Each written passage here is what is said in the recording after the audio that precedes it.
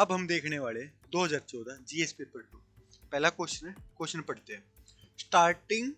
Starting from inventing the basic structure of doctrine, the judiciary has played a highly proactive role in ensuring that India developed into a thriving democracy।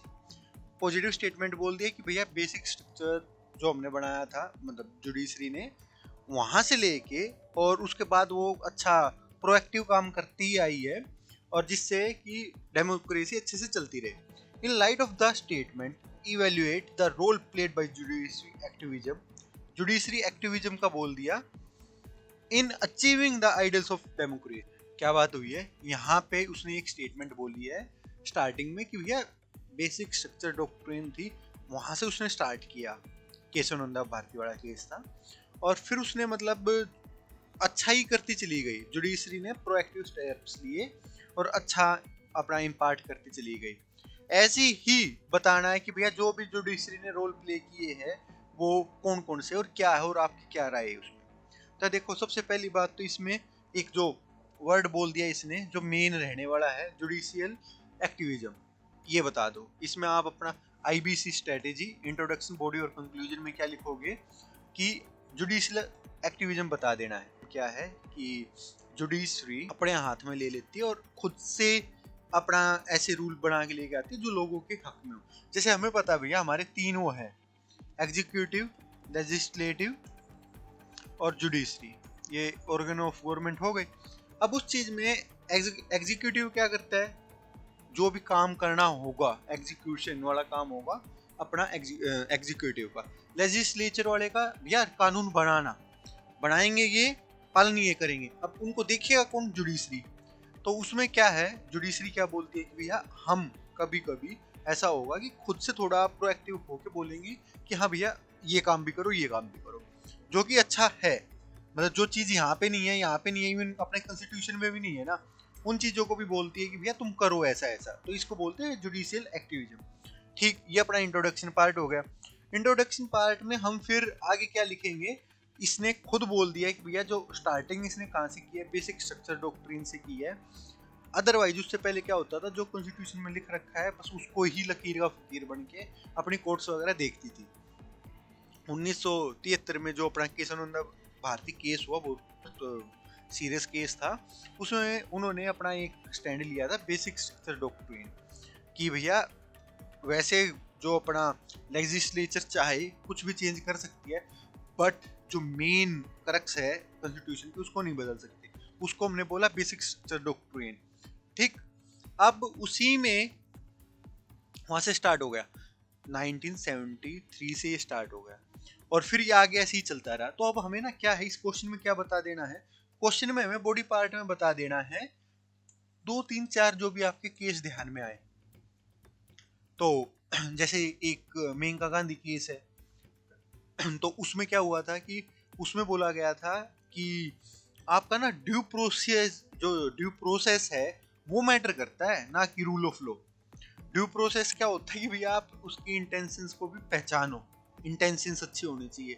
Rule of law ये होता है कि हाँ भैया बस जो लिख रखा वो चीज तो हो रही है, बंदा जिंदा है, ये रूल में लिख रखा है कि बंदा जिंदा रहना चाहिए। अब किस हालात में जिंदा रहना चाहिए, उसका हेल्दी डाइट हो, हेल्दी सब कुछ हो, एजुकेशन अच्छी हो, कंडीशंस अच्छी हो, हाइजीन अच्छी हो, ये ड्यू प्रोसेस है भैया। जो मेन गोल अचीव करना है वो अच्छे से हो जाए। ऐसे ही अपना बोला गया, जैसे मिनीरा मिल्स केस था, उसमें बोला गया कि भैया जो जुडिशियल रिव्यू है ना, कि भैया जो लेजिस्लेचर जो भी रूल बनाएगा उसको अपनी जुडिशरी देख सकती है, ये बेसिक स्ट्रक्चर है, इसको आप चेंज नहीं कर सकती, ये रूल है भाई कॉन्स्टिट्यूशन की, ये चीज हो गई। उसके बाद एक है इंदिरा साहनी केस, जिसमें बोला गया कि आप 1992 का केस है ये, और उसमें जब अपनी मंडल कमीशन आई, रिजर्वेशंस वगैरह की चीजें आने लगी, तो वहां पे बोला गया था कि देखो भाई ऐसी चीज नहीं है, इस पे कैप लगा दो, 50% की कैप लगा दो, 50% से ऊपर रिजर्वेशन नहीं जा सकता। और उसमें ये बोल दिया गया था कि भैया आपको रिजर्वेशन और ये देना पड़ेगा, लोगों का उत्थान करना पड़ेगा, बट आप मेरिट के साथ समझौता नहीं कर सकते। ये वाली चीज बोल दी थी कौन से केस में, इंदिरा साहनी वाले केस में। फिर एक था एसआर बुबई केस 4 से, उसमें भी बोल दिया गया था कि आप जो आर्टिकल 356 गवर्नर रूल लगा देते हो, प्रेसिडेंट रूल लगा देते हो ना जब मन चाहे, ऐसा नहीं लगा सकते। आपको बताना पड़ेगा और पूरा आपके पास लॉजिक होना चाहिए, और अगर वो लॉजिक नहीं है सक्सेसफुल तो वापस से वही गवर्नमेंट में आ जाने जो पहले थे। ऐसे ही SR बोबई साहब थे जो कि अपने कर्नाटका से थे, वो बाहर घूमने गए हुए थे, पीछे से सरकार गिरा दी और फिर वो पंगा हुआ था। फिर अपना सुप्रीम कोर्ट का अपना ऑर्डर आया था कि भैया ऐसे नहीं हटा सकते आप, फिर उनको दोबारा से अपना CM बना दिया गया था। ये कुछ चीजें अपनी केस वगैरह बता दी हमने, जिसमें जुडिशरी ने क्या किया है भैया, अपना जो उसका एक दायरा है ना उससे बाहर निकल के उसने काम किया है। ये वाली चीज थी। अपना क्या होगा, ये बॉडी पार्ट में इतनी सारी चीजें लिख दोगे बहुत है भाई, 3 4 5 चीजें आप बता दी बहुत है, क्योंकि आपको ना 200 ही वर्ड्स में लिखने हैं। 12.5 नंबर का क्वेश्चन है, 200 वर्ड्स में लिखना आप आराम से कर सकते थे। अभी उसी के बाद में अभी हमने क्या किया भैया, बॉडी पार्ट भी बता दिया, आई में जुडिशियल एक्टिविज्म बता दिया, बॉडी पार्ट में हमने केस बता दिए। उसके बाद कंक्लूजन में क्या लिखोगे, कंक्लूजन में लिखना पड़ेगा हमें कि भैया जुडिशियल एक्टिविज्म बहुत अच्छा है और अच्छे से काम आ रहा है, जो अपनी डेमोक्रेसी है उसको सस्टेन अच्छा हो रही है, डेमोक्रेसी वगैरह, और जुडिशरी अपना एक्टिव पार्ट निभा रही है।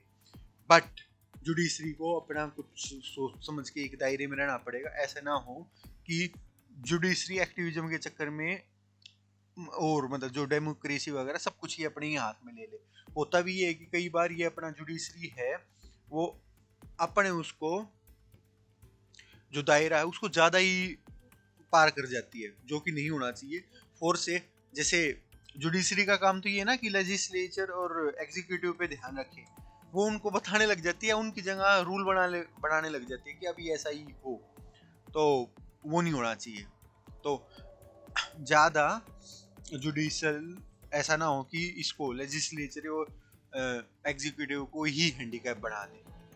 ठीक, तो इस टाइप का हमें मतलब कंक्लूजन वगैरह में रखना पड़ेगा। और ये भी बोल सकते हैं कि जैसे पूरा समअप करे, कि पूरा समअप करके कि जुडिशियल एक्टिविज्म ने बहुत अच्छा काम किया और आगे भी ऐसे ही करता रहना चाहिए कि अपना डेमोक्रेसी वगैरह आगे बढ़ती रहे। और उस चीज़ में वे फॉरवर्ड वगैरह भी बता सकते हैं कि हाँ, कि एक अपने दायरे में रहते हुए जितने भी आइडियल्स ऑफ डेमोक्रेसी है उस चीज़ को अपना फॉलो करवाती रहे। कुछ ऐसा ऐसा मतलब जो भी आपका वे फॉरवर्ड या कंक्लूजन देने का मन करे वो आप दे सकते हो। ये था हमारा मतलब आज का क्वेश्चन।